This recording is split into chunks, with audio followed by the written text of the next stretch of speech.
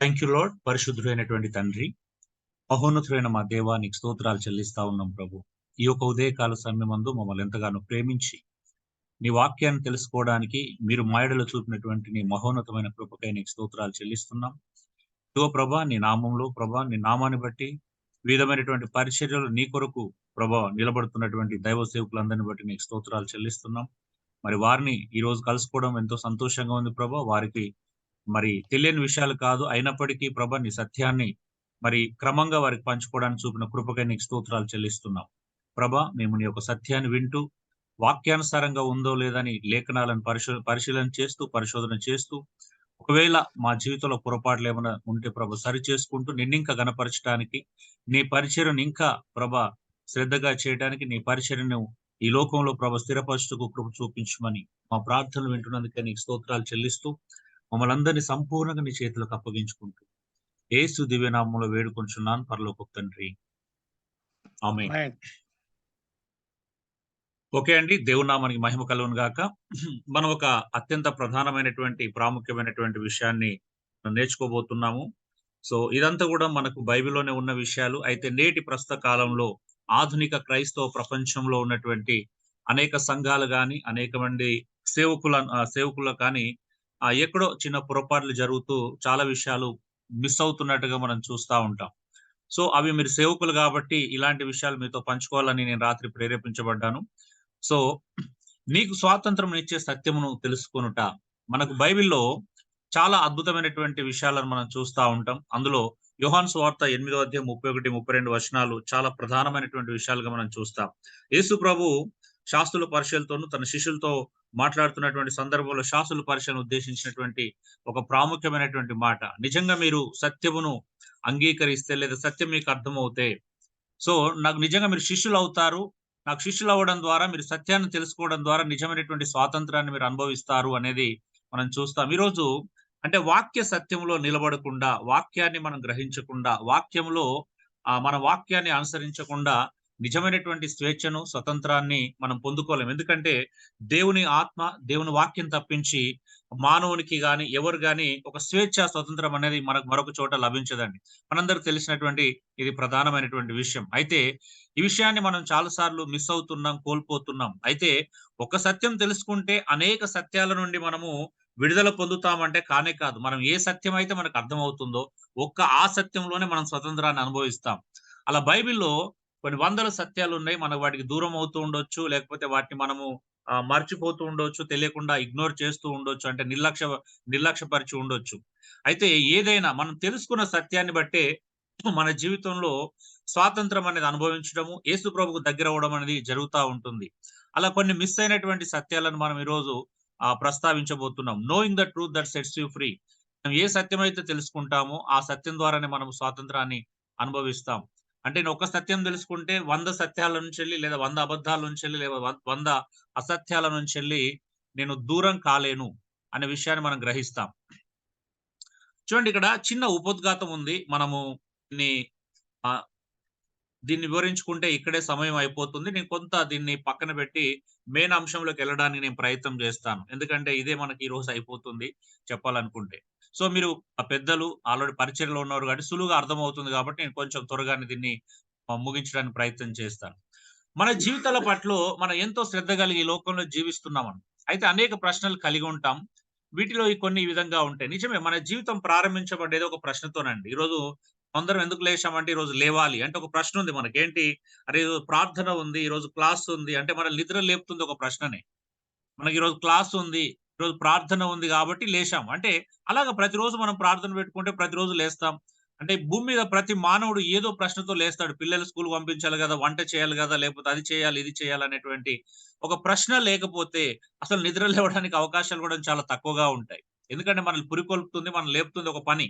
ఆ పనికి మూలం ఒక ప్రశ్నేసుకుంటున్నారు. అరే! ఈరోజు లేవాలి గదా! ఈరోజు నేను ఇది చేయాలి, అది చేయాలి అనేటువంటి ఆలోచన మనల్ని నిద్ర లేపుతుంది, మేలుకొల్పుతుంది.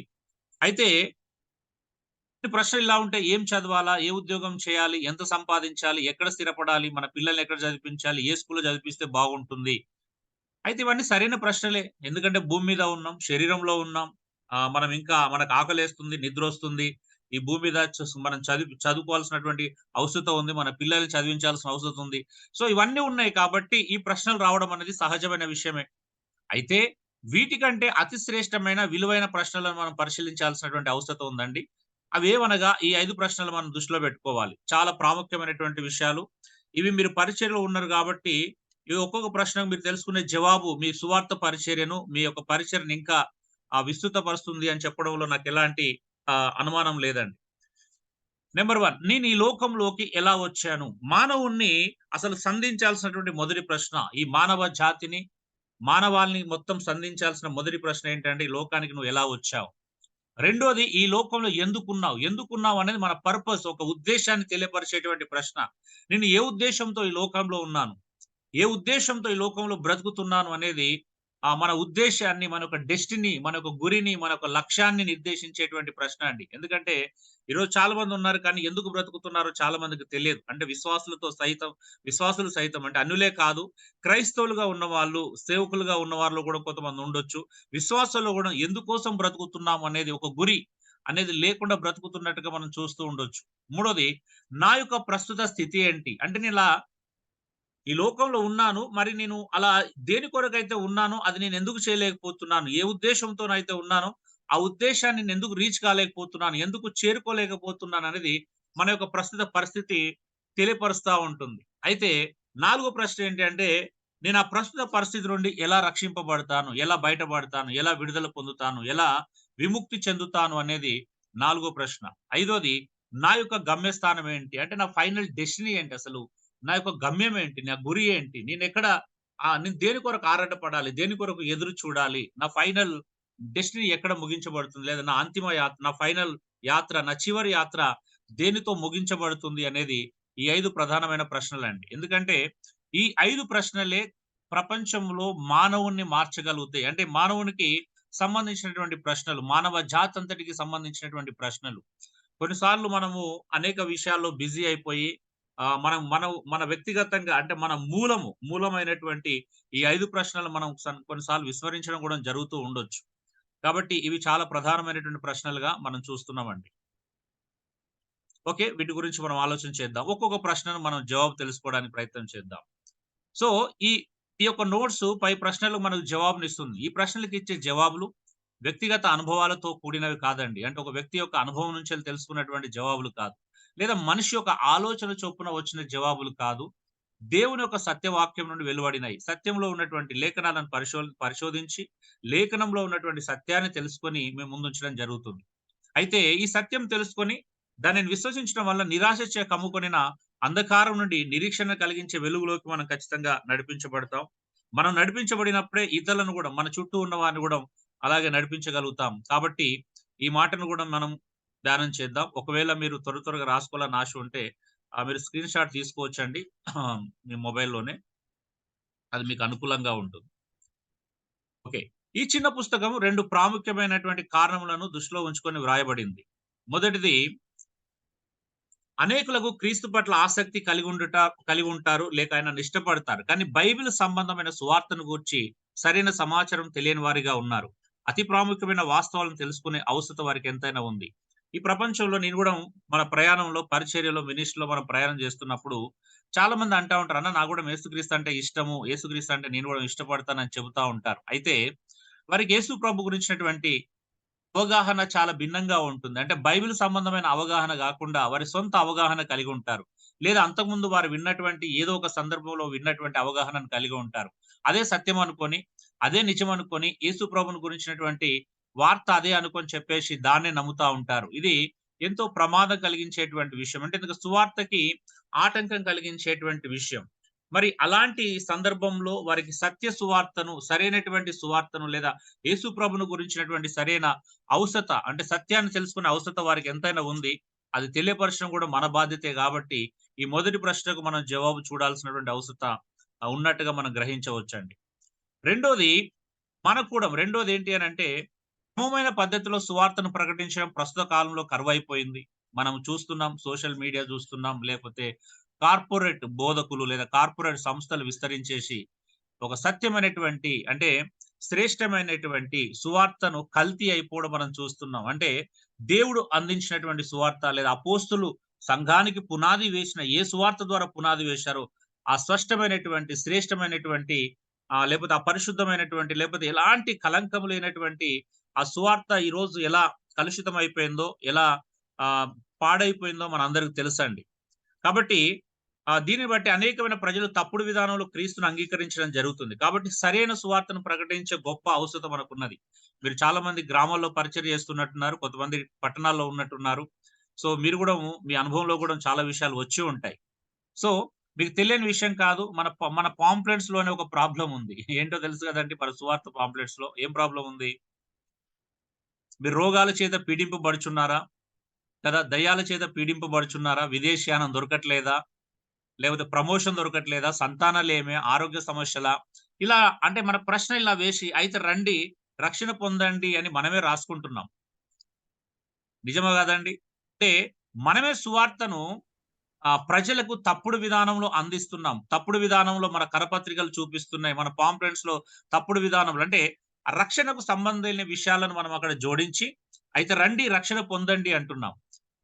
సో, ఇది తెలిసో తెలియకో జరుగుతున్నటువంటి పెద్ద పొరపాటండి. పొరపాటు అనడం కంటే ఇది పెద్ద తప్పుగా మనం చూస్తున్నాం. ఎందుకనంటే పౌలు లాంటి వాళ్ళు, అపోస్తులు లాంటి వాళ్ళు ఒక స్టేట్‌మెంట్ మనం చూస్తాం బైబిల్‌లో. యూదులు సూచక్రియలు అడుగుతున్నారు.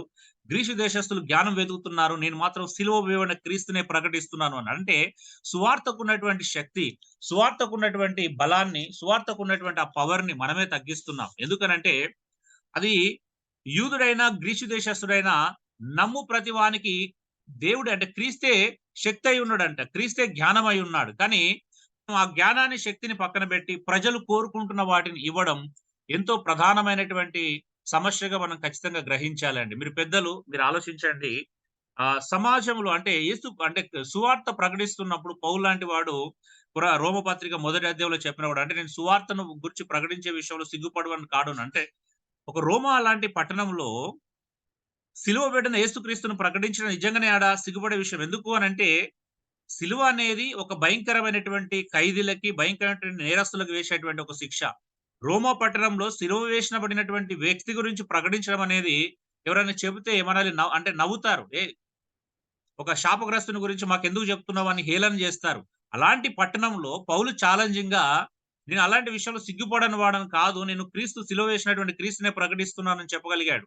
కానీ ఈరోజు గూడా మన క్రైస్తవ సంఘంలో అనేక మంది యేసు నీ కొరకు మరణించాడు లేదా నీ కొరకు సిలువ వేయబడ్డాడు అని చెప్పడానికి అనేక మంది సువార్థికులు గూడా ఈరోజు సిగ్గుపడుతున్నారు. అందుకే అలా చెప్తే ప్రజలు మనం సిగ్గుపడాల్సొస్తదని జెప్పేసి ఏం జేస్తున్నారు అంటే కొంచెం మార్చి చెప్తున్నాం గాస్పెల్‌ని. అంటే అమ్మ యేసుప్రభుని నమ్ముకో మంచి జరుగుతది. యేసుప్రభుని నమ్ముకో పిల్లలు పుడతారు. యేసుప్రభుని నమ్ముకో ఉద్యోగం వస్తది. యేసుప్రభుని నమ్ముకో లేకపోతే నీకేదన్నా మంచి జరుగుతదని ఇలా చెప్పగలుగుతున్నాం తప్పించి, నేరుగా యేసుక్రీస్తుని గురించి అంటే అపోస్తులు ప్రకటించని దాన్ని మనం చెప్తున్నాం. నిజంగా చెప్పాలంటే అపోస్తులు ఎప్పుడు కూడా స్వస్థతలు ప్రకటించలేదు. స్వస్థత పరిచారు. ప్రకటించడం వేరు, స్వస్థతలు చేయడం వేరు. మనము సువార్త ప్రకటిస్తున్నప్పుడు స్వస్థతలు జేస్తాం. ఎవరికైనా ప్రాబ్లమ్ అయితే దేవుడు మనల్ని ప్రేరేపిస్తాడు. విశ్వాసంతో ప్రార్థన జేస్తాం. కానీ మనం చేసిన ప్రార్థన ద్వారా స్వస్థపడిన కార్యం సువార్త గాదు. అది ఒక సూచన. సూచనలనేటివి సువార్తను స్థిరపరచాలి. కానీ ఈరోజు సూచనలే సువార్తగా ప్రకటిస్తున్నాం అనేది మనందరికి తెలిసినటువంటి విషయమే గదండీ! మార్క్స్ సువార్త 16లో మనం చూస్తాం చివరి వచనాలలో అంటే అది దయ్యాలను వెళ్ళగొట్టడం గావచ్చు, రోగుల మీద చేతులుంచినప్పుడు స్వస్థత నొందడం కావచ్చు, తేళ్లను ఎత్తి పట్టుకున్నప్పుడు హాని జరగకుండా ఉండడం, పాములను ఎత్తి పట్టుకోవడం, తేళ్లను తొక్కినప్పుడు హాని ఇవన్నీ గూడాము సైన్స్ అంట. అంటే సువార్తను స్థిరపరుచుటకు ప్రభువు చేసినటువంటి కార్యాలు. అయితే ఏదైతే సువార్తను స్థిరపరచుటకు చేయబడ్డ కార్యాలున్నాయో, ఆ కార్యాలను ఈరోజు సువార్తగా ప్రకటించడం అనేది ఎంతో ప్రధానమైన విషయం కాబట్టి, ఈ రెండో సమస్యను మనం పరిష్కరించుకోవాల్సినటువంటి ఆవశ్యకత రోజు సంఘాలకు చాలా ఉందండి. కాబట్టి మీరు దైవ సేవకులు మీ ద్వారా ఇది చాలా మందికి రీచ్ అవ్వాల్సినటువంటి అవసరం ఉంది. అందుచేత జీవితంలో అతి ప్రాముఖ్యమైన ఈ ప్రశ్నలు సత్యాన్వేషకులు జాగ్రత్తగా పరిశీలన చేసుకొని, ద్వారా మీరు నా వాక్యమందు నిలిచిన వారైతే నిజంగా నాకు శిష్యులై సత్యమును గ్రహించెదరు. అప్పుడు సత్యం మిమ్మలను స్వతంత్రులుగా చేయును అని ప్రకటించిన యేసయ్యను నమ్ముకొనుటకు ఒక మంచి నిర్ణయం తీసుకొనిలాగున ప్రభు ఈ 5 పాఠములను వాడుకొనుగాక. ఓకే అండి. మనం మొదటి లెసన్‌కెళ్దాం. హ్మ్. నంబర్ 1 నేను ఈ లోకంలోకి ఎలా వచ్చాను? ఇది చాలా ప్రాముఖ్యమైనటువంటి ప్రశ్న అండి. ఎవరినైనా అడగండి. నాస్తికులను గావచ్చు, ఆస్తికులు గావచ్చు, ఈ ప్రపంచంలో మన చుట్టూ ఉన్నటువంటి ఎవరైనా కావచ్చు. నేను ఈ లోకంలోకి ఎలా వచ్చాను? అంటే హఠాత్తుగా వచ్చామా? లేక మనకు మనము అనుకోనొచ్చామా? నాకు నేనుగా ఈ లోకంలోకి వచ్చానా లేదా? మీలో ఎవరైనా అనుకున్నారా? నేను తెలంగాణలోకి ఒకసారి రావాలి అండి. తెలంగాణ ఎలా ఉంటదో చూడాలి. తెలంగాణ చుట్టుప్రక్కల హైదరాబాదు పట్టణ పరిసర ప్రాంతాల్లో నేను నివసించాలి అని మనలో ఎవరం కూడా అనుకోని రాలేదు. అంటే హఠాత్తుగా రాలే మనం. లేదా అనుకోని రాలే. సడెన్‌గా ఊడిపోలేదు ఎవరం కూడా ఈ భూమి మీద. ఒక మాట చెప్పనివ్వండి. ఒకరోజు అంటే ఒక సైంటిస్ట్ నాస్తికుడైనటువంటి సైంటిస్టు, ఆస్తికుడైన సైంటిస్టులు ఇద్దరున్నారు. స్నేహితులిద్దరు. ఈ నాస్తికునికి, ఆస్తికునికి పడట్లేదు. చాలా విషయాల్లో పడట్లేదు. ఏ విషయంలో ముఖ్యంగా ఆస్తికుడు దేవుడిని నమ్ముతున్నాడు. అయితే ఈ దేవుడిని నమ్మే విషయం నాస్తికుడైన స్నేహితునికి అస్సలు నచ్చట్లేదు. నచ్చకపోవడం ద్వారా రకరకాలుగా ఆయన ప్రశ్నిస్తూ ఇబ్బంది పెడతా ఉన్నాడు. ఇదంతా ఆస్తికుడు అనుభవిస్తూ ఒకరోజు ఎలాగైనా సరే తన స్నేహితునికి బుద్ధి చెప్పాలి. దేవుడు ఉన్నాడనేది నిరూపించాలి అనే విషయాన్ని ఆహ్, చె నిరూపించాలని తను ఏం జేశాడంటే ఒకరోజు తనను కొంతకాలం తర్వాత తనని ఇంటికి పిలిచాడంట. నాస్తికుడైన స్నేహితుని ఇంటికి పిలిచాడు.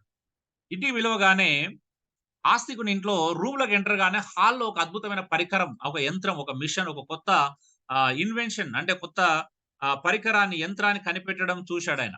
చూసి నాస్తికుడు ఆశ్చర్యపడుతూ దాన్ని తడిమి చూస్తూ, "అరే! ఎంత బాగుంది. ఇంత అద్భుతమైనటువంటి మిషన్ ఎలా తయారు చేశావు?" అని చెప్పేసి తన స్నేహితుడొస్తే అడుగుదామని ఎదురు చూస్తున్నాడు. ఆస్తికుడైన స్నేహితుడు లోపలికి రాగానే అతని భుజాలు గట్టిగా పట్టుకొని ఊపుతూ, "ఇదెప్పుడు తయారు చేసినవురా నువ్వు?" అని చెప్పేసి అడిగితే, ఆస్తికుడు ఏమన్నాడంటే, "అరె! ఇది నేను తయారు చేయడం ఏంట్రా? నాకు తెలియదు ఇది దానికదే హఠాత్తుగా వచ్చింది ఇక్కడికి" అన్నాడంట.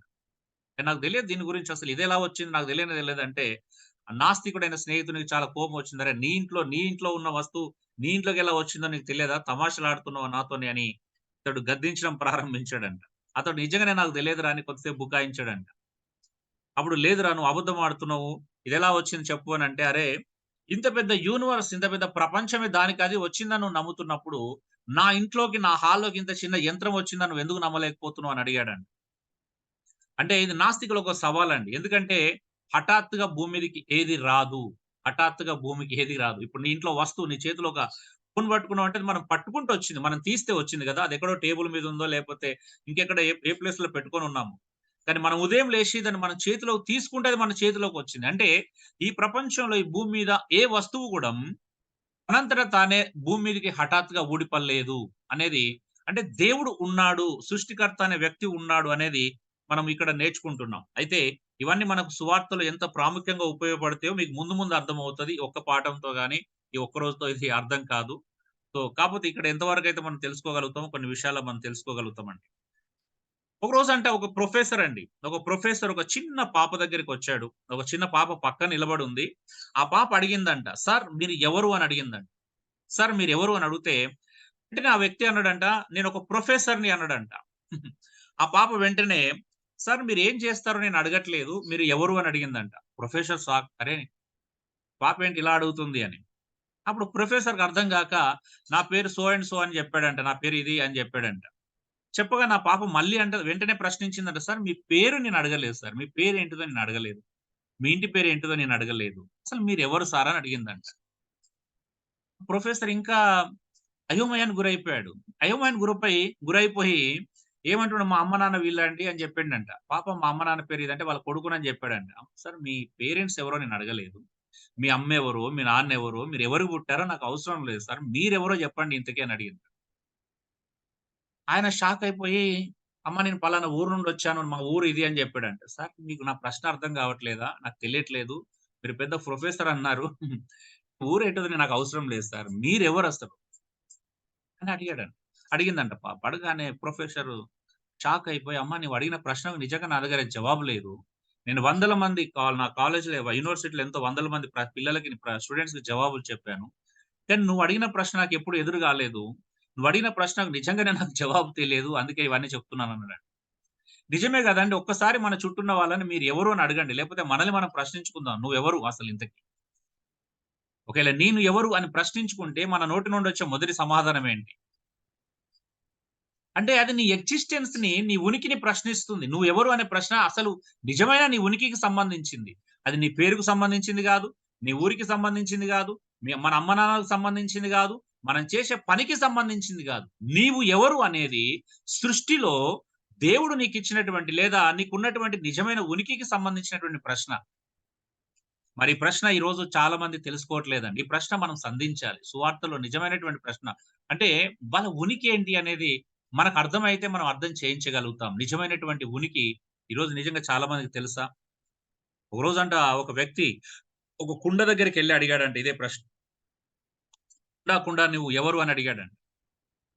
అప్పుడు కుండ అందంట, "అయ్యా నా గురించి నువ్వు తెలుసుకోవాలనుకుంటే నా గురించి నాకేం తెలీదయ్యా" అన్నాడంట. కుండ అన్నదంట, "నాకేం తెలవదు. కానీ నా గురించి తెలుసుకునే ఒక అవకాశం ఉంది. ఒక మార్గం ఉంది" అన్నాడంట. "ఆ! చెప్పు చెప్పు ఏంటి?" అనగానే, "నన్ను చేసిన ఒక ఆయనున్నాడు. నువ్వు ఆయన దగ్గరికెళ్తే నువ్వు ఆయన దగ్గరికెళ్తే నా గురించి చెప్తాడు" అందంట. అంటే నిజమే గదా! నీ గురించి నువ్వు తెలుసుకోవాలంటే మన సృష్టికర్త ఎవరో మనకు తెలిసుండాలి. నా గురించి నాకు అర్థం కావాలంటే నా క్రియేటర్ నాకు అర్థం కావాలి. సో, క్రైస్తవులమైనటువంటి మనము నిజంగా మన క్రియేటర్ గురించి మనకు అర్థం కాకపోతే బయట వాళ్ళకి ఏం అర్థమవుతది? మన సృష్టికర్తను మనం తెలుసుకున్నామా? మన సృష్టికర్త మనకు తెలియకపోతే మనము ఇతరులకి మనము మన సృష్టికర్తను పరిచయం చేయలేమండి. మన సృష్టికర్త గురించి మనకే తెలియకపోతే మనం ఎలా పరిచయం చేయగలుగుతాం? సో, కాబట్టి నన్ను నేను తెలుసుకోవాలంటే నా క్రియేటర్ గురించి తెలియాలి. నా ఉనికికి కారణం ఎవరో తెలుసుకోవాలి. నా ఉనికికి ఈ భూమి మీద నా ఉనికికి కారణం ఎవరో తెలుసుకోవాలి. సో, ప్రొఫెసర్ సంతోషంతో కాలేజ్‌కెళ్ళిపోయాడంట. దేవుడిని తెలుసుకున్నాడు. ఓకే. దేవుడున్నాడు. నా ఉనికికి కారణం దేవుడే అని తెలుసుకొని కాలేజ్‌కెళ్ళిపోయాడంట. కాలేజ్‌కెళ్ళిపోయి పిల్లలకి పాఠం చెప్తున్నాడు. చెప్తూ చెప్తూ దేవుని అంశం వస్తే దేవుడున్నాడని చెప్పాడంట ప్రొఫెసర్. చెప్పగానే ఇగ స్టూడెంట్స్ నుంచెళ్ళి ప్రశ్నలు. అప్పటిదాకా ఆయన నాస్తికుడిగా ఉండే సడెన్‌గా దేవుడున్నాడని చెప్తున్నాడని చెప్పేసి చాలా మంది ప్రశ్నించడం ప్రారంభించారంట. ఒకడన్నాడంట, దేవుడు లేడు ఏం లేడు సార్ అని చెప్పేసి సీరియస్‌గా అన్నాడంట. అప్పుడు ప్రొఫెసర్ అడిగారు, "అరె! దేవుడు లేకపోతే నువ్వెట్లొచ్చావు?" అని అడిగాడంట. "నువ్వెలా వచ్చావు ఈ భూమి మీదకి?" అనే ప్రశ్నని ఇతను అడిగిన ప్రశ్న ఆయన అడిగాడంట. ఆ స్టూడెంటు ఆ ప్రశ్న వినగానే అంటే కాలేజీలో ఆ ప్రశ్న వినగానే మరొక స్టూడెంట్ లేసి ఏమన్నాడంట అంటే, "సార్ మనము కోతి నుండి వచ్చామన్నాడంట." వెంటనే ఒక స్టూడెంట్ ఏమన్నాడంట, "కోతి నుండి వచ్చాము" అన్నాడంట. ప్రొఫెసర్ అడిగాడు, "అరె! నువ్వు నిజంగా కోతి నుండి వస్తే నాకు 5 ప్రశ్నలకు జవాబు చెప్పురా" అన్నాడంట. ఏంటిది 5 ప్రశ్నలు అంటే, మొట్టమొదటిగా పదార్థం ఎలా వచ్చింది? మెటీరియల్ ఎలా వచ్చింది? అంటే భూమి మీదకి భూమి ఎలా వచ్చింది? లేదా పదార్థం ఉండాలి గదా! పదార్థం ఉంటేనే మిగతాయి అన్నీ ఉంటాయి. మొదటిది ప్రశ్న పదార్థం ఎలా వచ్చింది? పదార్థం ఎలా వచ్చింది? రెండవ ప్రశ్న ఈ పదార్థంలోకి జీవం ఎలా వచ్చింది? లైఫ్ ఎలా వచ్చింది? మూడో ప్రశ్న ఏంది అంటే ఈ పదార్థానికి జ్ఞానం ఎలా వచ్చింది? ఈ పదార్థానికి జ్ఞానం ఎలా వచ్చింది? తెలివి, బుద్ధి, వివేకం ఎలా వచ్చింది? పదార్థంలో ఉన్నటువంటి ఆ జీవికి ఇంత జ్ఞానం ఎలా వచ్చింది? ఎలా తయారు చేయగలుగుతున్నాడు? నాలుగో ప్రశ్న ఆ పదార్థంలో పుట్టిన జీవానికి నైతిక విలువలు ఎలా వచ్చినాయి? అంటే ప్రపంచంలో ఏ జంతువుకి, ఏ పక్షికి, ఏ జీవరాశికి లేనటువంటి నైతిక విలువలు మానవునికే ఎలా వచ్చాయి? ఇది మంచి, ఇది చెడు, ఇది చెయ్యాలి, ఇది చేయకూడదనేటువంటి ఆస్తికుడైనా, నాస్తికుడైనా ఈ మంచి చెడులు వాళ్ళకి ఎలా తెలిసాయనే ప్రశ్న ప్రొఫెసర్ అడిగాడంట. చివరికి ఐదోది మానవుని యొక్క అంతిమ స్థానం, గమ్యస్థానం ఏంటి? ఎక్కడ రీచ్ కావాలి? అసలు ఎందుకు పుట్టాడు మానవుడు అనేవాడు? ఏ ఉద్దేశ్యంతో పుట్టాడు? గమ్యం ఏంటి అని అడిగాడంట. ఈ 5 ప్రశ్నలకు నువ్వు జవాబులు చెబితే నిజంగానే నేను మనిషి కోతి నుండి వచ్చానని నమ్ముతానని చెప్పాడంట. నేను ఈ ప్రశ్నలన్నీ బైరి నరేష్ గారికి అడిగాను. 30 ప్రశ్నలేశాను. ఇంతవరకు జవాబు రాలేదు. సో, సో అంటే ఈ 5 ప్రశ్నలు సంధించినప్పుడు స్టూడెంట్స్ అందరూ ఆశ్చర్యపోతున్నారు. ప్రొఫెసర్ అడిగాడు, "అరేయ్! కోతికి 48 క్రోమోజోమ్స్ ఉంటాయి. మానవునికి 46 క్రోమోజోమ్స్ మాత్రమే ఉంటాయి. 23X+23X అయితే స్త్రీ, 23X+23Y వై అయితే పురుషుడు జన్మిస్తాడు. మరి 48 క్రోమోజోములు కలిగిన కోతి నుండి 2 క్రోమోజోములు తగ్గించి మానవుడిని నిర్మాణం చేయగలుగుతాం. మానవుడిని క్రియేట్ చేయగలుగుతాం అనేది నిజమే ఒకసారి ఆలోచించండి. చార్లెస్ డార్విన్ ఎవల్యూషన్ థియరీ లేదా ఆహ్, సో, జీవ పరిణామ సిద్ధాంతాన్ని కనిపెట్టిన చార్లెస్ డార్విన్‌కి ఇవన్నీ మరి ఆలోచించలేదేమో తెలియదు. అసలు ఒకవేళ చార్లెస్ డార్విన్ అనే వ్యక్తి ప్రపంచంలో కోతి అనే దాన్ని చూడకపోతే అసలు కోతి నుండి మానవుడు వచ్చాడన్న ఆలోచన ఆయనకు రాకపోతుంది కదా! కోతులను చూసాడు కాబట్టి కోతి నుండి వచ్చిన ఆలోచన వచ్చింది. ఒకవేళ ప్రపంచంలో ఆరంభంలోనే ఒక లక్షల కోట్లు, ఒక 100, 1000 కోట్లు కోతులు ఉన్నాయనుకుందాం. ఆ 1000 కోతులు పరిణామం చెంది మానవులుగా మారితే మళ్ళీ కోతి జాతి భూమి మీదకి ఎలా వచ్చిందనే ప్రశ్న ఎప్పటికి మిగిలిపోతది. లేదా రెండోది ఒకవేళ కోతి జాతి అలా మార్పు చెందుతూ అన్ని పరిణామం చెందాయా? కొన్నే పరిణామం చెందాయా? అని ప్రశ్న ఏసుకోవాల్సొస్తది. ఒకవేళ అన్ని పరిణామం చెందితే కోతులెలా వచ్చాయి? ఒకవేళ పరిణామం చెందిన తర్వాత అవి సంపర్కం చేస్తే మళ్ళీ వాటికి కోతులు పుట్టాయా? మానవులు పుట్టాయా? అని ప్రశ్న ఏసినామనుకో ఏ జవాబు చెప్పినా కష్టమే. కోతులు పుట్టాయంటే మళ్ళీ ఇప్పుడు ఎందుకు కోతులు పుట్టట్లేదు అని అడగొచ్చు. లేకపోతే మనుషులే పుట్టిరంటే మరి కోతులు ఎక్కడి నుంచెల్లి వచ్చినాయి అని అడగొచ్చు. ఇలాగా కోతి నుండి మానవుడు రాలేదనేది స్పష్టమైనటువంటి విషయం. మనందరికి తెలిసిన విషయమే. సో, ఇంతలో ఇంకొక స్టూడెంట్ లేచాడన్నట. సార్ మనం కోతిలాగా వచ్చినామో లేదో మనకు తెలియదు కోతి నుండి. కానీ మనం అందరం జంతువులమే అన్నాడంట. మనం కోతిలాగానే జంతువుల్లాగానే ప్రవర్తించుతాం సార్ అన్నాడంట. మరొకడు లేచాడంట. సార్ ఈ ప్రపంచం అంతా మాయ సార్. ఇట్లా ఉన్నట్టుగా అనిపిస్తది గానీ ఏది వాస్తవం కాదు అన్నాడంట. అప్పుడు ప్రొఫెసర్ అన్నాడంట వీడు ప్రపంచం లేదు అంతా మాయ అంటున్నాడు. వీడిని తీసుకెళ్ళి హైవే రోడ్ మీద నిలబెట్టండి. హెవీ లోడ్ వెహికల్ వచ్చినప్పుడు, పెద్ద లారీ వచ్చినప్పుడు, పెద్ద ట్రక్ వచ్చినప్పుడు ఆ లారీ ఎదురుగా నిలబెట్టి, అది లారీ వచ్చేది అబద్ధం. నువ్వు రోడ్ మీద ఉన్నది అబద్ధం. ఇదంతా మాయ అని చెప్పండి అని అన్నాడంట. సో, సో మాయా సిద్ధాంతం కూడా పనికిరాదు. ఎన్ని సిద్ధాంతాలున్నా అన్ని సిద్ధాంతాలకి మనం సమాధానం చెప్పగలుగుతాం. అయితే ఇవన్నీ మనం ఎందుకు ఆలోచిస్తున్నాం అంటే గాస్పెల్‌కి అని హెల్ప్ చేస్తాయని ఇవన్నీ చెప్పడం జరిగింది. చూద్దాం మనం లేఖనాల్లోంచెల్లి బైబిల్ ఎంత గొప్పదో మనం చూద్దాం. కీర్తనలు 100 మూడవ వచనం. యెహోవాయే దేవుడని తెలుసుకొనుడి. ఆయనే మనల్ని పుట్టించెను. మనం ఆయన వారము. మనం ఆయన ప్రజలము. ఆయన మేపు గొర్రెలం. ఎంత అద్భుతమైన వచనమో గదా! యెహోవాయే దేవుడని తెలుసుకొనుడి. ఎందుకు ఆయనని దేవుడు అంటున్నామంటే, ఆయనే మనల్ని పుట్టించాడు. యెహోవా దేవుడు ఎలా అయ్యాడు? ఆయన సృష్టికర్త. ఆయన మనల్ని సృష్టించాడు. మనల్ని క్రియేట్ చేసినటువంటి మహోన్నతుడు గాబట్టి ఆయనని దేవుడు అంటున్నాం. ఎందుకంటే, మనం సృష్టించకపోతే ఎందుకనంటే ఇప్పుడు ఒక చిన్న లాజిక్ చెప్తున్నాను. నేను ఎవరిని పడితే వారిని ప్రజలకి నా తల్లి అని నేను పరిచయం చేయలేను. ఎవరికి పడితే వారిని మా అమ్మ అని పరిచయం చేయలేను. ఎవరిని పరిచయం చేస్తామండి? మనల్ని కన్న వ్యక్తినే, మన కన్న తల్లిని మాత్రమే అమ్మ అని పరిచయం చేస్తాం కదండీ! ఈమె నా తల్లి అని ఎవరిని పరిచయం చేస్తామండి? ఎవరిని పడితే వాళ్ళని పరిచయం చేయలేం కదండీ! ఇగో ఈమె నా తల్లి అని అప్పుడు అంటే అర్థం ఏంటిది?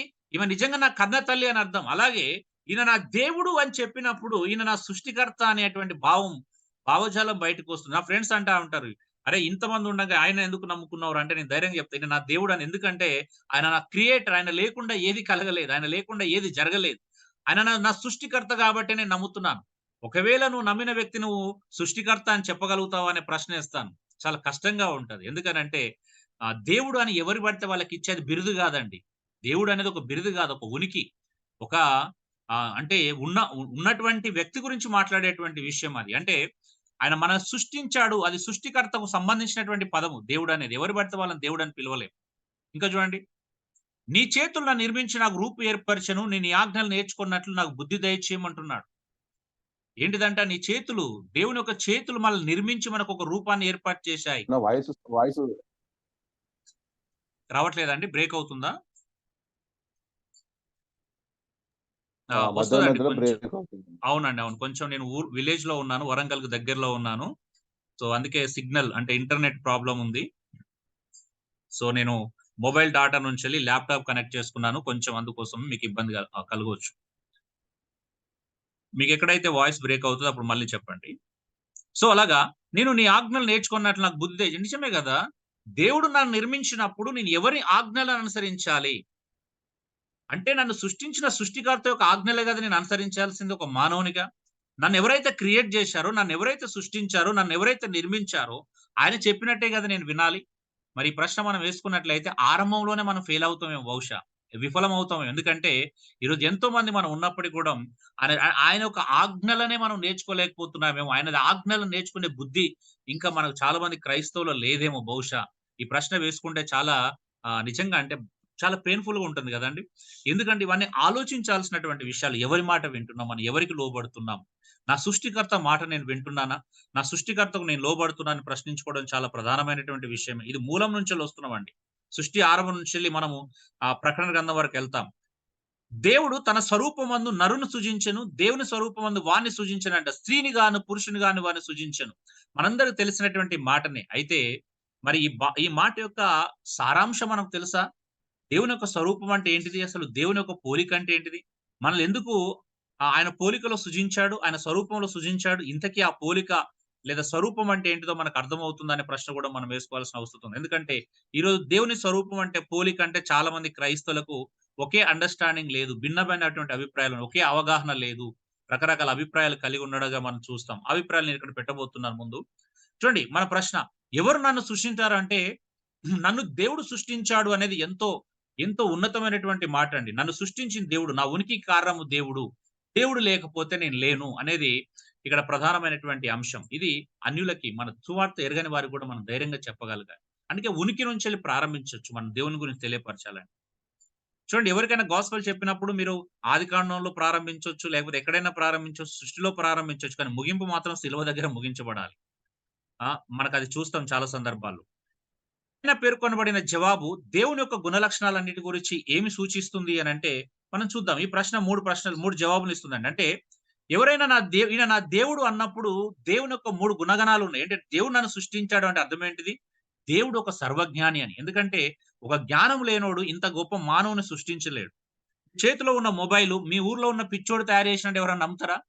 ఎవరు నమ్మలేము. ఎందుకంటే పిచ్చోనికి మొబైల్ తయారు చేసేంత జ్ఞానం ఉండదని మనకు తెలుసు. కాబట్టి దేవుడు ఖచ్చితంగా ఒక వ్యక్తిని దేవుడు అంటున్నాను అంటే అతను ఖచ్చితంగా సర్వజ్ఞాని అయి ఉండాలి. ఎవరు పడితే వాళ్ళు మానవుణ్ణి, ఎవరు పడితే వాళ్ళు ఈ ప్రపంచాన్ని సృష్టించలేరు. ఎవరు పడితే వాళ్ళు అంటే ఆయన మహాజ్ఞాని అయితే మాత్రమే ఇంత గొప్ప ప్రపంచాన్ని సృష్టించగలుగుతాడు. కాబట్టి నేను నా స్నేహితులకు అడిగే మొదటి ప్రశ్న ఇది. అరే! దేవుడు జ్ఞానం కాకపోతే నువ్వు నమ్మిన వ్యక్తి జ్ఞానియా? అసలు ఇంత ప్రపంచాన్ని సృష్టించే జ్ఞానం కలిగిన వ్యక్తేనా? అంటే నేను సాఫ్ట్‌గా అడుగుతాను. అంటే అది అంటే వివాదాలకు దారి తీసే విధంగా ఎవరితో పడితే ఎక్కడ పడితే అక్కడ పబ్లిక్‌గా అడిగే ప్రశ్నలు కాదండి ఇవి. పర్సనల్‌గా నా మీట్‌లో నేను చెప్తున్నా. పర్సనల్ నా స్నేహితులతో దేవుని గురించి చర్చించినప్పుడు జరిగే అంశాల గురించి మాట్లాడుతున్నా. రెండోది దేవుడు సర్వ సృష్టికర్త. నన్ను సృష్టించాడు అంటే ఆయన క్రియేటర్. ఆయనకు సృష్టించే గుణం ఉంది. సృష్టించే శక్తి ఉంది. సృష్టించే బలం ఉంది. ఆయన క్రియేటర్ అని అర్థమవుతుంది. మూడోది దేవుడు నన్ను సృష్టించాడంటే శక్తివంతుడైతేనే నన్ను సృష్టించగలుగుతాడండి. సర్వశక్తివంతుడాయన. అంటే దేవుడు నన్ను సృష్టించాడు అంటే దేవుని లోపల ఈ 3 గుణాలుంటేనే, ఈ 3 గుణలక్షణాలుంటేనే, ఈ 3 సార్వభౌమ అధికార లక్షణాలుంటేనే ఒక మానవుడిని గాని, ఒక ప్రపంచాన్ని గాని ఆయన చేయగలుగుతాడు. అందుకే నేను అంత ధైర్యంగా దేవుడు ఈయనే ఎందుకు దేవుడని చెప్పగలుగుతున్నాము అనంటే అంత ధైర్యంగా మనం సిగ్గుపడకుండా, ఎక్కడ భయపడకుండా చెప్పగలిగేటువంటి మాటలండి. అందుకే ఇవి మనకు అర్థమవుతే మనం ఎక్కడ పడితే అక్కడ దేవుని గురించి ధైర్యంగా చెప్పగలుగుతాం. అందుకే ఇంతకుముందు చెప్పాను గదా! దేవుడు దేవుడుగా ఉండాలంటే ఆయన సృష్టికర్త అయి ఉండవలెను. ఎవరుండాలాయన? దేవుడు దేవుడుగా ఉండాలంటే ఆయన ఫస్ట్ క్రియేటర్ అయి ఉండాలి. క్రియేటర్ గాని వ్యక్తిని మనం దేవుడు అని సంబోధించలేము. దేవుడు అని ఇతరులకు పరిచయం చేయలేం. నేనొక వ్యక్తిని దేవుడు అని పరిచయం చేస్తున్నాను అంటే ఆయన సృష్టికర్త. నేనొక స్త్రీని నా తల్లి అని పరిచయం చేస్తున్నట్టే దాని అర్థం ఏంటిది? ఆమె నన్ను కన్నది అని అర్థం. అలాగే ఇతను నా దేవుడు అంటున్నానంటే అర్థం ఏంటి అంటే ఇతను నా సృష్టికర్త అని. సో, ఎవరినైనా మనము ఇలా ప్రేమగా మనం ఇలాగా ఆహ్వానించొచ్చు. మన చిన్న చిన్న స్నేహితులతో, మన గుంపులతో మాట్లాడుకుంటున్నప్పుడు ఇంకా మీకు ముందు ముందు క్రిస్టల్ క్లియర్‌గా మనం చూస్తాం. చూడండి దేవుడు నన్ను ఎలా సృష్టించాడంటే అండి మనందరికి తెలిసినటువంటి ప్రశ్ననే గదా! దేవుడు మనల్ని తన పోలికలో సృష్టించాడు. దేవుడు నన్ను తన స్వరూపంలో సృష్టించాడు. ఇది మనందరికి తెలిసిన విషయం ఇక్కడి వరకు. అయితే నేనిక్కడ 2 విషయాలు చెప్పి ముగిస్తాను. కొంచెం అటు ఇటైనా కొంచెం ఓర్చుకోండి. ఎందుకంటే సగంలో వదిలేస్తే బాగుండదు. దేవుడు నన్ను తన స్వరూపంలో సృష్టించాడు. దేవుడు నన్ను తన పోలికలో సృష్టించాడు. అంటే మీరేమనుకుంటున్నారు? అనేది ఇక్కడ ప్రధానమైనటువంటి ప్రశ్న అండి. ఏంటిదసలు ఇంతకి దేవుని యొక్క స్వరూపం యొక్క లేదా పోలికలో సృజించబడుట అంటే అర్థమేంటి? క్రైస్తవులైనటువంటి మనము ఎంతవరకు దీన్ని నేర్చుకోగలిగాము? అంటే చూడండి ఇది ఒక మతానికి, ఒక గ్రంథానికి లేపోతే ఒక ప్రత్యేకమైనటువంటి మతానికి అతీతమైన జవాబు ఇక్కడ మనం చెప్పగలగాలి.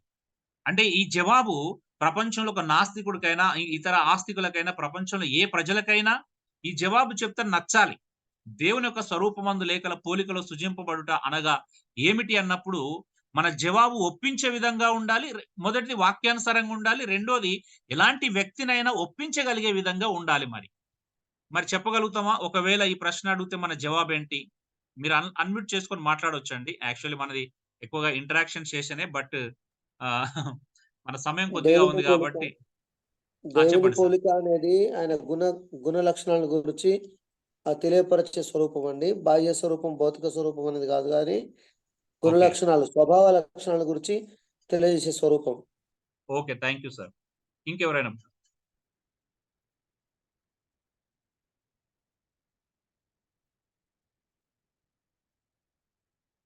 ఇంకా ఎవరైనా చెప్పగలుగుతారా అండి? బ్రదర్స్, పాస్టర్స్ మీరెవరైనా? లేదా ఇప్పుడు ఏలియా అయ్యగారు చెప్పినట్టు పాస్టర్ గారు చెప్పినట్టు దేవుని గుణలక్షణాలంటే ఎలా అర్థం జేసుకోవాలి మళ్ళీ? దేవుని గుణలక్షణాలంటే ఏవి అసలు? దేన్ని దేవుని గుణలక్షణాల కింద మనం పరిగణలోకి తీసుకుంటాం?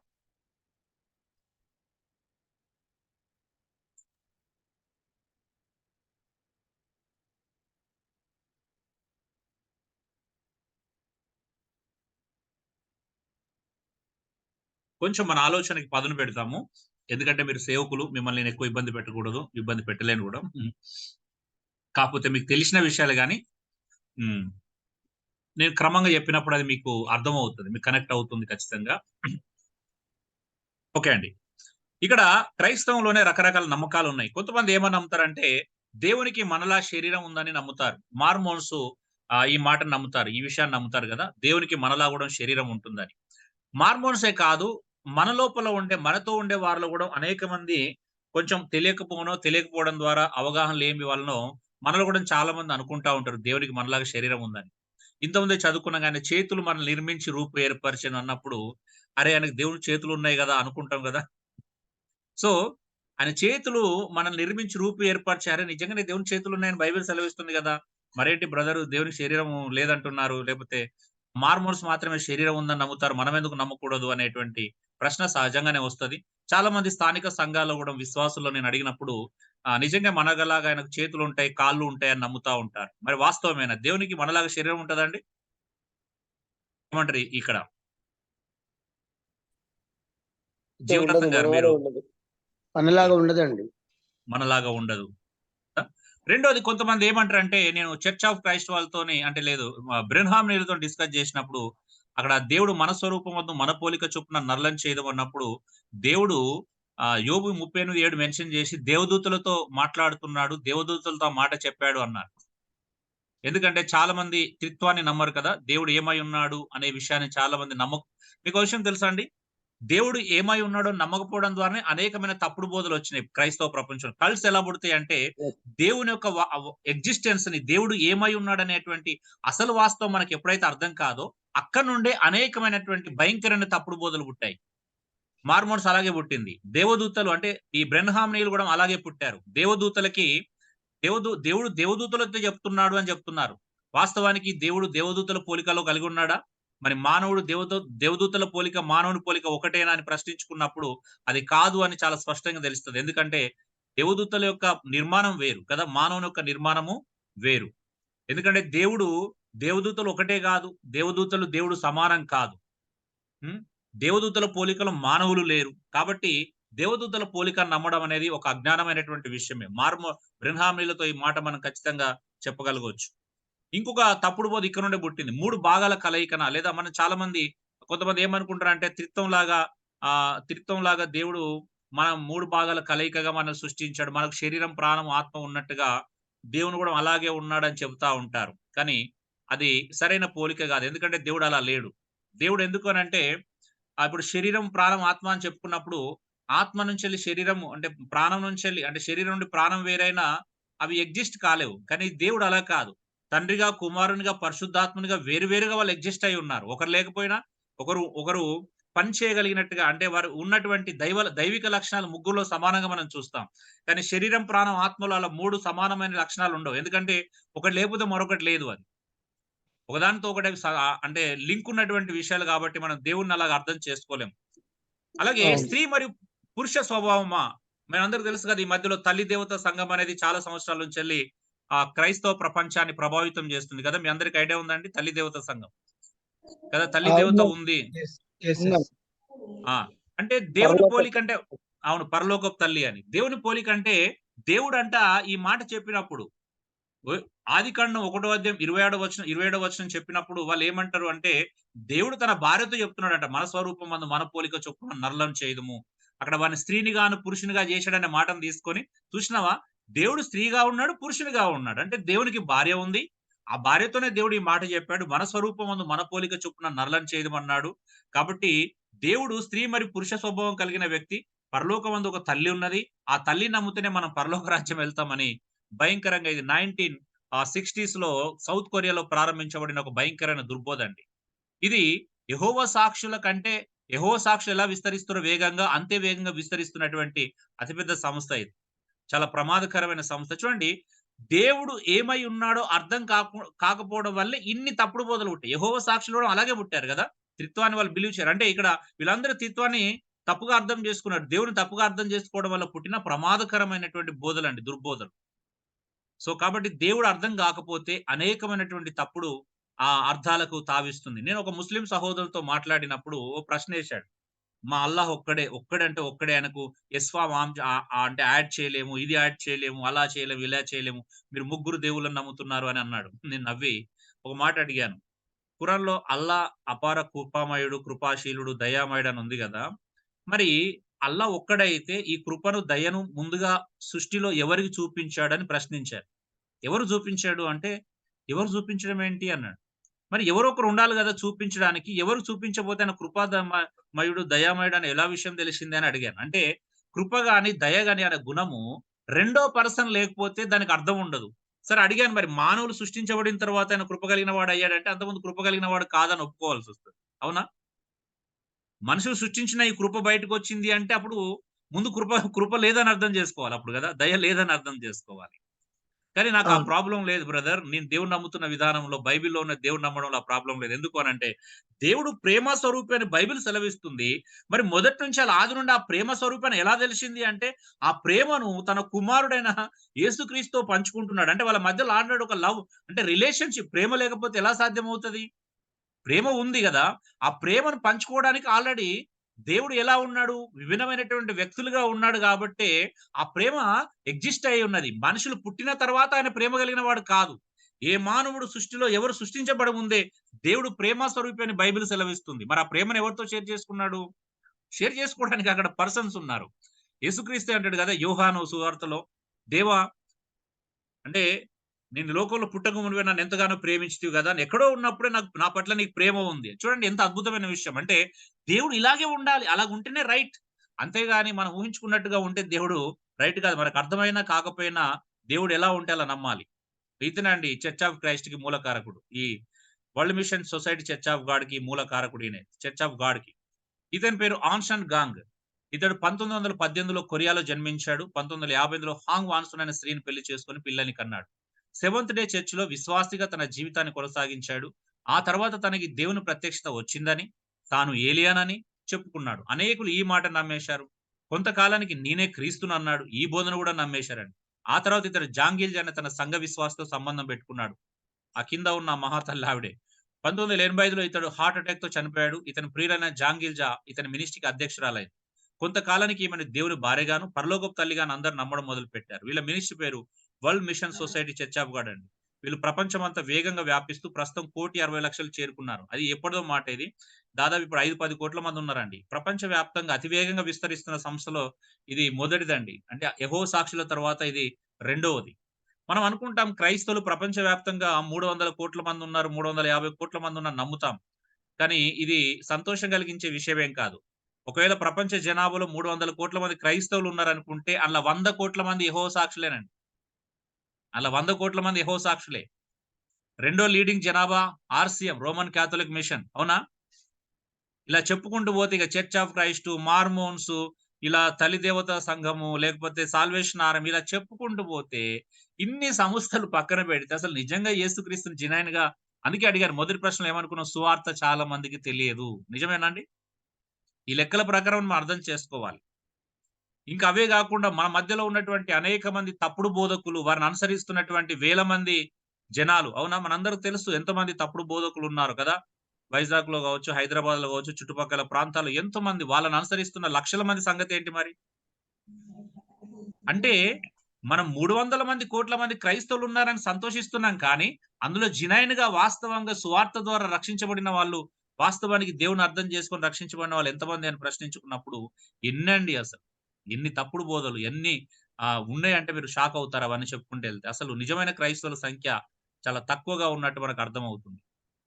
సో, కాబట్టి దేవుని యొక్క స్వరూపమందు లేక పోలికలో సృజింపబడుట అనగా ఏమిటి మరి? అవన్నీ కానప్పుడు ఏంటో అనేది ఇప్పుడు మనం చూడబోతున్నాం. నంబర్ 1 అండి. ఇది మీరు చాలా అర్థం చేసుకోవడానికి ప్రయత్నం చేయండి. నేను జ్ఞానం గల వ్యక్తిగా సృష్టించబడ్డాను. I am created as an intellectual being. దేవుని యొక్క పోలికలో, దేవుని యొక్క స్వరూపంలో సృజించబడడం అంటే అర్థం ఏంటి అంటే, మనమందరము జ్ఞానం గల వ్యక్తులుగా సృష్టించబడ్డాం. ఇంతకుముందే చూసాం దేవుడు సర్వజ్ఞాని అని. ఆయన సర్వజ్ఞాని గాబట్టే, ఆయన ఒక జ్ఞానాన్ని మనతో పంచుకున్నాడు. ప్రపంచంలో ఏ జీవితో తన జ్ఞానాన్ని పంచుకోలే. ఏ జంతువుకు మానవునికున్న జ్ఞానం ఉండదు. అవునా అండి? ఏ జంతువుకైనా మానవునికున్న జ్ఞానం ఉంటుందా? ఒకసారి ఆలోచించండి. వాస్తవానికి దేవుడు మనల్ని జ్ఞానం గల వ్యక్తిగా సృష్టించబడ్డాడు అని చెప్పినప్పుడు, జ్ఞానంలో 4 ప్రధానమైన అంశాలను చూస్తాం బైబిల్ అంతట్లో. జ్ఞానంలో 4 ప్రధానమైన అంశాలు ఉంటాయి. ఏంటో తెలుసా అండి? మొట్టమొదటిది ఆలోచన జ్ఞానం. ఏంటిదుంటుంది? ఆలోచన జ్ఞానం. యెషయా 9:6లో మనం చూసినప్పుడు మన దేవుడంట ఆశ్చర్యకరుడగు ఆలోచనకర్త. దేవుడు ఆలోచనకర్త గాబట్టే ఆలోచించేటువంటి జ్ఞానము మానవులకు అనుగ్రహింపజేశాడు. ప్రపంచంలో ఏ జీవి ఆలోచించదండి.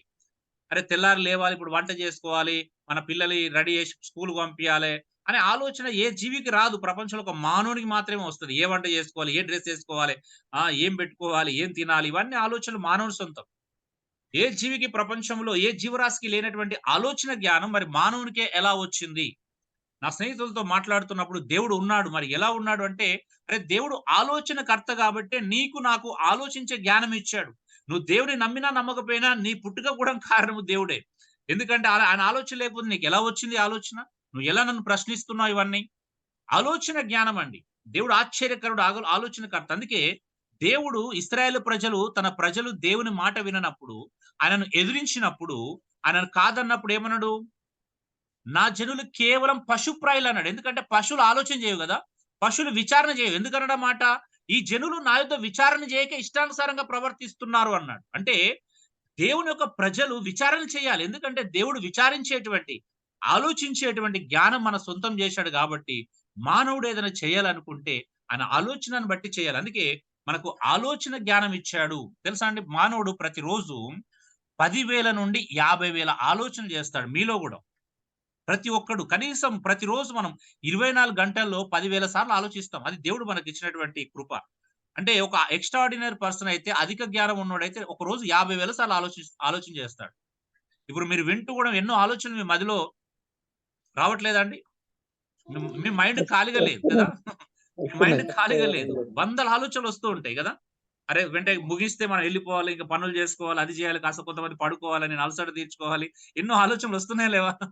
సో, అంటే ఒక మానవునికి ఎన్ని ఆలోచనలొస్తాయంటే మనం ఊహించమండి. దాదాపు 10,000 ఆలోచనలు చేస్తారు మీరు ఒకరోజు. ఇంకా ఎక్స్ట్రార్డినరీగా ఆలోచిస్తే 50,000 వరకు ఒకరోజు మీరు ఆలోచన చేయగలుగుతారు. ఆలోచించండి ఇన్ని వేల ఆలోచనలు ఎలా పుడుతున్నాయి. ఇన్ని వేల ఆలోచన ఏ జీవికి రాదు. ఏ జీవి గూడా ఈరోజు ఏం వంట చేసుకొని ఆలోచించదు. కదా ప్రపంచంలో. ఎలా జీవించాలి. చూడండి ఇవన్నీ మనం చూస్తున్నాం. రెండోది జ్ఞానంలో ఉండే రెండో అద్భుతమైన విషయం ఏంటో తెలుసా అండి? క్రియేటివిటీ అండి. సృజనాత్మకత అంటాం. కదా! సృజనాత్మకత. ఇప్పుడు ఇది సవాల్ చేయండి. ఏ ప్రపంచంలో ఏ జనాల దేవుడే ఇది మనకిచ్చాడు అనే దానికి ఎంత అద్భుతమైన రుజువో సృజనాత్మకత. ప్రపంచంలో ఆలోచన లేని మానవుడు ఎవరు ఉండడు గదండీ! 700,00,00,000 మంది జనాభా ఉందనుకుంటే, అతను నాస్తికుడైనా, ఆస్తికుడైనా, క్రైస్తవుడు కాకపోయినా, ఆలోచన చేయలేనని మనిషి ఎవడు ఉండడు. అలాగే సృజనాత్మకత లేని మనిషి ఎవరున్నారండి ప్రపంచంలో? క్రియేటివిటీ లేని మనిషి దేవుడు సృష్టికర్త గాబట్టే మనల్ని ఏం జేశాడు? మనం గూడా సృష్టించే జ్ఞానం ఇచ్చాడు. సృజనాత్మకత జేసే జ్ఞానాన్నిచ్చాడు. అవునా? చూడండి ఇప్పుడు మన కళ్ళ ముందుందంతా క్రియేటివిటీ గదండీ! మన కళ్ళ ముందు క్రియేటివిటీ కానిదేదో చెప్పగలుగుతామా? మీరు మీ కళ్ళ ముందు ఇది క్రియేటివిటీ కాదు అని చెప్పగలిగేదేమైనా ఉందా? మన ఫోన్ గావచ్చు, మనం పట్టుకున్న బైబిల్ గావచ్చు, మనం కూర్చున్న కుర్చీ గావచ్చు, మనం పడుకున్న మంచం గావచ్చు, మన కళ్ళ మనం పట్టుకున్న పెన్ను కావచ్చు. ఆ! మన ఇంట్లో మీ కళ్ళ ముందు చూసే ప్రతి వస్తువు గూడా క్రియేటివిటీ అది మానవుడు తయారు చేసుకున్నది. అవునండి? మానవుని ద్వారా సృష్టించబడింది. దేవుడు సృష్టికర్త గాబట్టే మానవుని గూడా సృష్టించే జ్ఞానం ఇచ్చాడు. నేనిది ఆలోచిస్తున్నప్పుడు నాకు ఆశ్చర్యం కలిగించిన విషయం ఒకటి బోధపడింది. ఏంటో తెలుసా అండి? మీరు ప్రపంచంలో ఏ మూలకు ఒక ఒక అంటే ట్రైబల్ ఏరియాకెళ్ళినా గూడా మాకు అంటే ఒరిస్సా బోర్డర్‌లో పరిచర్య ఉంది. పార్వతీపురము, అక్కడ గుమ్మలక్ష్మీపురము, విజయనగరం దాటేసి పరిచర్యకెళ్తా ఉంటాం. అంటే అక్కడికెళ్ళినా గూడాము ఏ చదువు సంధ్య లేనటువంటి ప్రజల్లో గూడా జ్ఞానం జూసాం. ఎందుకంటే వాళ్ళకి గూడా జ్ఞానం ఉంది. మేము గేదెలగూడ అనే ప్రాంతంలో పరిచర్య చేయడానికెళ్ళినప్పుడు ఆళ్ళంతా కొండల మీదకెళ్ళి నడుచుకుంటూ రావాలి. ఒక కొండెక్కి కొండ దిగాలండి. వెహికల్స్ మీద రావడానికి లేదు. అలా వాళ్ళ దగ్గరికొచ్చినప్పుడు వాళ్ళు వెదురు బొంగులుంటాయి గదా! వెదురు బొంగులను పైకెళ్ళి ఒక కార్నర్ వరకు చీల్చి కింద ఒక ఫీట్, 2 ఫీట్లు వదిలేసి, ఆ వెదురు బొంగులకి ఏం జేశారంటే అటు ఇటు హోల్స్ ఏసి, ఆ హోల్స్‌లో ఒక తాడు బెట్టి ఇటువైపుకి బయట వైపు 2 వైపులా బయట వైపు ముడేసిర్రు. ఆ కర్రలు ఇలా చీల్చారు గాబట్టి ఇలా అంటే కొంత దూరం వరకు వెడల్పవుతాయి గదా! అలా అని ఇలా కొట్టడం ద్వారా ఒక విచిత్రమైన అద్భుతమైన సౌండొచ్చేది. అలా వాళ్ళు ఇన్‌స్ట్రుమెంట్‌గా జేసుకొని వాడుతున్నారు. ఆ ఇన్‌స్ట్రుమెంట్స్ బయట ఎక్కడ మార్కెట్‌లో దొరకదు. అంటే క్రియేటివిటీ ఎవరి సొంతం గాదు. అంటే ఏ చదువు లేనటువంటి వారి దగ్గర గూడా క్రియేటివిటీ ఉంటది. అవునండి? ఇప్పుడొక ప్రశ్న. క్రియేటివిటీ నుండి ఎడ్యుకేషన్ పుట్టిందా? ఎడ్యుకేషన్ నుండి క్రియేటివిటీ పుట్టిందా? ఎడ్యుకేషన్ నుండి. మంచిగా ఆలోచించండి. క్రియేటివిటీ నుండి ఎడ్యుకేషన్ పుట్టిందా? ఎడ్యుకేషన్ వల్ల మనం క్రియేటివిటీ సంపాదించుకున్నామా? క్రియేటివ్ గురించండి. సారీ. ఆ! అంటే ఆలోచించండి. క్రియేటివిటీ నుంచే మనం ఎడ్యుకేషన్ పుట్టించుకున్నాం కదండీ! మరి ఆ యెస్. క్రియేటివిటీ కారణం ఎవరండి? దేవుడు గదా! ఎంత అద్భుతమైన మాట గదండీ! ఎక్కడో దేవుడు మనల్ని సృజించి ఇచ్చినటువంటి ఆ సృజనాత్మకత వల్ల ఈరోజు మనం ఇవన్నీ తయారు చేసుకున్నాం. పుస్తకాలు రాసుకుంటున్నాం. చదువు ఇన్ని టెక్నికల్ ఇవన్నీ నేర్చుకున్నది ఎక్కడ నుండి? క్రియేటివిటీ నుండి. అందుకే దేవుడు అనే మాట ఎంత శ్రేష్టమైనదో మీకు అర్థం గావాలి. దేవుడు మన స్వరూపమందు సృష్టించబడంటే మనం ఒక దగ్గర ఆగిపోయాం. అంటే యూనివర్సల్‌గా ఇవెక్కడ పోయినా మనం నిలబడి మాట్లాడగలిగే మాటలండి. సో, రెండోదేంటిది అద్భుతమైన విషయం జ్ఞానంలో సృజనాత్మకత. హ్మ్. ఎక్కడో ఉన్నటువంటి ప్రజలు ఒక కేన్ చైర్ చూసినా, ఒక ఎరుకలోళ్ళు అంటే ఒక చాట అల్లిర్రు. చాట ఏ యూనివర్సిటీలో నేర్పించరు గదా! చాట ఇలా అల్లాలని. అవునా అండి? ఎక్కడో ఈత కొమ్మలు తీసుకొని వాళ్ళు చాటని అల్లి మనకిస్తున్నారు. అంటే ఇంట్లో బహుశా మన ఇళ్ళలో చాట లేని ఇల్లు ఉండకపోవచ్చు గదా! బియ్యం పెరగాలంటే ఉదయం మనకు చాట అవసరం. అంటే క్రియేటివిటీ ఎలా వచ్చిందండి? ఒక స్త్రీ జుట్టల్లుతుందంటే అది క్రియేటివిటీ కదా! ఇంటి ముందు ఒక ముగ్గేస్తుంది, బట్టలు అల్లుకుంటుంది. మనం బట్టలేసుకుంటున్నాం అంటే క్రియేటివిటీ కదా! ఇల్లు కట్టుకొని ఇగో ఇక్కడే వాష్‌రూమ్ ఉండాలి, ఇక్కడ కిచెన్ ఉండాలి, ఎక్కడ ఏది పెట్టాలి అది క్రియేటివిటీ అవునా? అంటే ప్రపంచంలో క్రియేటివిటీ లేని మానవుడంటూ ఎవరు ఉండరండి. కొంచెం ఎక్కువ, కొంచెం తక్కువ ఉండొచ్చు గానీ క్రియేటివిటీ లేని మానవుడు ఉండదు. ఇది మనమందరం దేని స్వరూపంలో సృష్టించబడ్డాం అనే దానికి గొప్ప ఉదాహరణ. మూడోది జ్ఞానంలో ఏముంటదంటే ఊహలుంటాయి. ఇమాజినేషన్స్ అంటాం. ఊహలు కదా! ఊహ అంటే ఎక్కడో ఉన్నట్టుగా మనం ఊహించుకోవచ్చు. ఎంత సులువండి ప్రపంచంలో ఇక్కడ ఉండి టికెట్ లేకుండా అంటే విజా లేకుండా, పాస్‌పోర్ట్ లేకుండా అమెరికాలో ఉన్నట్టు కూడా ఊహించుకోగలుగుతాం కదా! ఊహ అద్భుతమైనది గదా! ఇప్పుడు నా కుటుంబానికి నేను దూరంగా ఉన్నాను. కానీ నా కుటుంబాన్ని నేను ఊహించుకోవచ్చు. ఇక్కడ నుండి నా పిల్లలతో గడిపిన ఆ మధుర క్షణాలను జ్ఞాపకం జేసుకోవచ్చు, ఊహించుకోవచ్చు. 2 విషయాలున్నాయి. అంటే అందుకే ఊహ చాలా అద్భుతమైనది. ఎందుకంటే ఊహ అనేది లేకపోతే క్రియేటివిటీ లేదు. అవునా అండి? ఇప్పుడు నా ఊహలోనే గదా! ఊహా చిత్రమే గదా! ఫస్ట్ గీయాల్సింది. ఒక బిల్డింగ్ కట్టాలన్నా, ఒక కార్ నిర్మించాలన్నా, ఏది ప్రపంచంలో ఏది చేయాలన్నా ఫస్ట్ ఏం తీసుకోవాలంటే ఊహా చిత్రం ఉండాలి. అవునండి? దాన్నేమంటాం మనం బ్లూ ప్రింట్ అంటాం గదా! బ్లూ ప్రింట్ లేకపోతే క్రియేటివిటీ అనేది రాదండి. విమానం ఇలా ఎయాలని ఫస్ట్ నేను స్కెచ్ చేసుకోవాలి. ఒక పెన్నుతోని, ఒక పెన్సిల్‌తోని మ్యాప్ ఏసుకోవాలి. అవునా?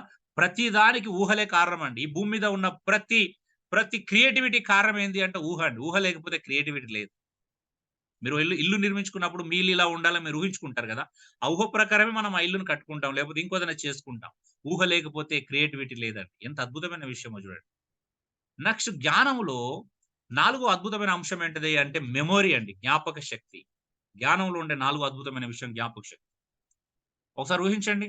జ్ఞాపక శక్తి లేకపోతే ఎలా ఉంటది? మనందరం 2 నిమిషాలు మర్చిపోయినాం అనుకోండి. జ్ఞాపక శక్తి లేకుండా అయిపోయినాం అనుకోండి. ఎలా ఉంటది ప్రపంచం ఒకసారి ఊహించండి. అంత గందరగోళం, అయోమయం. అంత గందరగోళం అయిపోతది గదా! ఒక డాక్టరు ఒక మెకానికు సిరంజ్ పట్టుకొని లేపోతే కత్తులు పట్టుకొని ఆపరేషన్ థియేటర్‌కెళ్ళొచ్చు కదా! ఒక డాక్టరు డ్రైవింగ్ ఏరోప్లేన్ సీట్ ఎక్కిండనుకో ఎలా ఉంటది? ఒక 5 నిమిషాలండి. జ్ఞాపక శక్తి పోతే ప్రపంచం సర్వనాశనం అవ్వడానికి ఒక 5 నిమిషాలు చాలండి. అంటే ఒకరు చేసి ఒకరు పని చేస్తారు. అవునా? ఎవరింటికెళ్తారో తెలీదు. అవునా? నిజమా కాదండి? అంత ప్రపంచం గందరగోళం కాదా? ఒక్క 5 నిమిషాల్లో గందరగోళం అయిపోతది. మనం ఎవరింటికెళ్తామో తెలవదు. మన ఇంటికి ఎవరొస్తారో తెలవదు. ఎవరెక్కడికి పోతారో తెలవదు. ఎవరేం చేస్తారో తెలియదు. అందుకే మెమోరీ అనేది చాలా అద్భుతమైనదండి. అందుకే దేవుడు మనకు గూడా ఒక మాట చెప్పాడు గదా! తన మేలులను ఎప్పుడు తలపోయాలంట. చెడుని గాదు మనం మంచిని కదా! దేవుడు మన జీవితంలో చేసే ప్రతి మేలును పదే పదే ఎందుకు జ్ఞాపకం అలా జ్ఞాపకం చేసుకోవడం వల్ల ఒక అద్భుతం ఉంటుంది. మన ఇంట్లో గూడా మన బంధాలు బలంగా ఉండాలంటే, మన అన్నదమ్ములు గాని, మన అక్క చెల్లెలు గాని, మన అమ్మ నాన్న గాని, మన జీవితంలో చేసిన మంచిని ఎక్కువ జ్ఞాపకం జేసుకోవాలి. అప్పుడు మన ప్రేమ స్ట్రాంగ్‌గా అవుతది. వాళ్ళు మనకేం జేశారని ప్రశ్నించుకోవడం కంటే, వాళ్ళు జేసిన దాన్ని మంచి చేసిన దాన్ని జ్ఞాపకం చేసుకుంటే, వాళ్ళ మీద మన హృదయంలో ఎక్కడో తెలియని ప్రేమ పుట్టుకొస్తదండి. అందుకే మంచి విషయాలు ఎప్పుడు జ్ఞాపకం జేసుకోవాలి. దేవుని విషయంలో అయినా, తోటి మనుషుల విషయంలో అయినా, మన తోటి సహోదరుల విషయంలో అయినా ఎప్పుడు కూడా మంచిని జ్ఞాపకం అంటే దేవుడు తన స్వరూపమందు తన పోలికలో సృష్టించుకున్నాడు అంటే అర్థం ఏంది అంటే మొట్టమొదటిగా మనల్ని జ్ఞానం కలిగిన వ్యక్తిగా సృష్టించాడని అర్థం. జ్ఞానంలో 4 ప్రధానమైన అంశాలున్నాయి. ఒకటి ఆలోచన జ్ఞానం, రెండోది సృజనాత్మకత, మూడోది ఊహలు, నాలుగోది జ్ఞాపక శక్తి అండి. చూడండి ప్రపంచంలో ఏ జంతువుకు లేని అంశాలండి. ఏ జంతువుకు లేనటువంటి విషయాలివి. అందుకే మానవుడు నిర్మించినటువంటి ప్రదేశాల్లోనే జీవులు జీవించగలుగుతాయి గానీ, జీవులు తమ కొరకు లేదా మానవుని కొరకు అద్భుతమైన స్థలాన్ని నిర్మించలేవు గదండీ! మనం ఎప్పుడన్నా ఇల్లు కట్టుకోవాలనుకుంటే ఈ భూమి మీద ఏ పక్షికి, ఏ జంతువుకి ఆజ్ఞాపించం. ఎందుకంటే అవి చెప్తే చేయలేవు మన కొరకు. అవునా? మనమే నిర్మించుకోవాలి. మన వసతులు మనమే క్రియేట్ చేసుకోగలుగుతాం. అందుకే వాడి దగ్గర జ్ఞానం ఉండదండి. వాడికి కావాల్సిన జ్ఞానము చూడలేము. వాడి దగ్గర అంత జ్ఞానం ఉండదు. హ్మ్. మీరు చూడండి జంతువులకి మనకు తేడా ఏంటి అంటే జంతువులకి ఓన్లీ పంచేంద్రియాలు, జ్ఞానేంద్రియాలు మాత్రమే పనిచేస్తాయి. కానీ మానవునికి జ్ఞానేంద్రియాలతో పాటు సిక్స్త్ సెన్స్ దేవుడిచ్చిన జ్ఞానం ఒకటి పనిచేస్తుంది. అవునా? దేవునికి అంటే జంతువులు ఏ జంతువుకన్నా చూడండి ఇప్పుడు ప్రతి జంతువులో మళ్ళా పంచేంద్రియాలు గూడా మనలో పనిచేసినట్టుగా వాటిలో పనిచేయవు. తెలుసా మనకి? అది మీకు ముందు ముందు చెప్తాను. 139 కీర్తన మనం ధ్యానించుతాం ఇందులో. సో, ఎందుకు అనంటే నీ సృష్టి నీకు అర్థం గావాలి. ఎందుకంటే ఈరోజు చాలా మంది మనల్ని మనము తక్కువ జేసుకోవడం, మనల్ని మనం నీచంగా జూసుకోవడం, మనల్ని మన జీవితాన్ని తక్కువగా ఆహ్, తక్కువ విలువైనదిగా గ్రహించడం మనం చూస్తా ఉంటాం. ఇది చాలా ప్రమాదకరమైన విషయం అండి. సో, ఇది మొదటి విషయం. ఇంకా 3 విషయాలున్నాయి. మీరు నాకిచ్చిన సమయానికి నేను మించిపోయి వాడుకున్నాను. దయచేసి నన్ను క్షమించాలా? నేనిక్కడ దీంతో ముగించాలని ఆశపడుతున్నాను. ఎందుకంటే నాకిచ్చిన సమయం అయిపోయింది. నేనింక ఎక్కువనే వాడేస్తున్నాను. ఈ ఒక్క విషయం మనం నేర్చుకోవడానికే చాలా సమయం పడుతుంది. ఇంకా 3 విషయాలున్నాయి. దేవుని పోలిక, దేవుని స్వరూపం అంటే అర్థం చేసుకోవడానికి. కాబట్టి మరలా మీరు అవకాశం ఇచ్చినప్పుడు దీన్ని మనం కంటిన్యూ చేసుకుందామండి. సో, ఇదెందుకంటే మీకు చాలా ఉపయోగపడతదండి. ఇది నిర్లక్ష్యం చేసే విషయం గాదు. సిస్టమాటిక్‌గా మీరు నేర్చుకునే చాలా విషయాలుంటాయి. అసలు అందరూ మీరు పరిచర్యలో ఉన్నారు. మీ అనుదిన పరిచర్యలో, మీ సువార్త పరిచర్యలో, మీరు చేసే ప్రతి పరిచర్యలో సంఘానికి నేర్పించడానికి మీకు చాలా ఉపయోగకరంగా ఉంటాయి. అంత మాత్రమే కాదు వీటికి కావాల్సినంటే మీకు వీటికి పీడీఎఫ్ నోట్స్ కూడా నేను పంపిస్తాను. పీడీఎఫ్ నోట్స్ మీరు జిరాక్స్ తీసుకొని ప్రతి బ్రాకెట్ ఉంటుంది. ప్రతి మాట ఉంటుంది. దాంట్లో ఖాళీగా ఉన్నయి నింపుకోవచ్చు. మీరు ఇతరులకు మళ్ళీ ప్రింట్ తీసుకొని ఇతరులకు గూడా నేర్పించొచ్చు. సో, కాబట్టి ఈ తర్ఫీదు మేము చాలా సంవత్సరాల నుంచెల్లి ఇస్తున్నామండి. దాదాపు నేను 20 సంవత్సరాల నుంచెల్లి బైబిల్ టీచర్‌గా, పాస్టర్‌గా వర్క్ చేస్తున్నాను. ట్రైనింగ్ ఇస్తున్నాను. Disciples making. సో, ఇది మీకు చాలా ఉపయోగపడుతుంది. థాంక్ యూ అండి. ఈ అవకాశం ఇచ్చినందుకు. God bless you all. Especially Jacob. Thank you so much Jacob. ఈ ప్రత్యేకమైన అవకాశం నాకిచ్చినందుకు. Praise the lord. దేవునికి మహిమ కలుగును.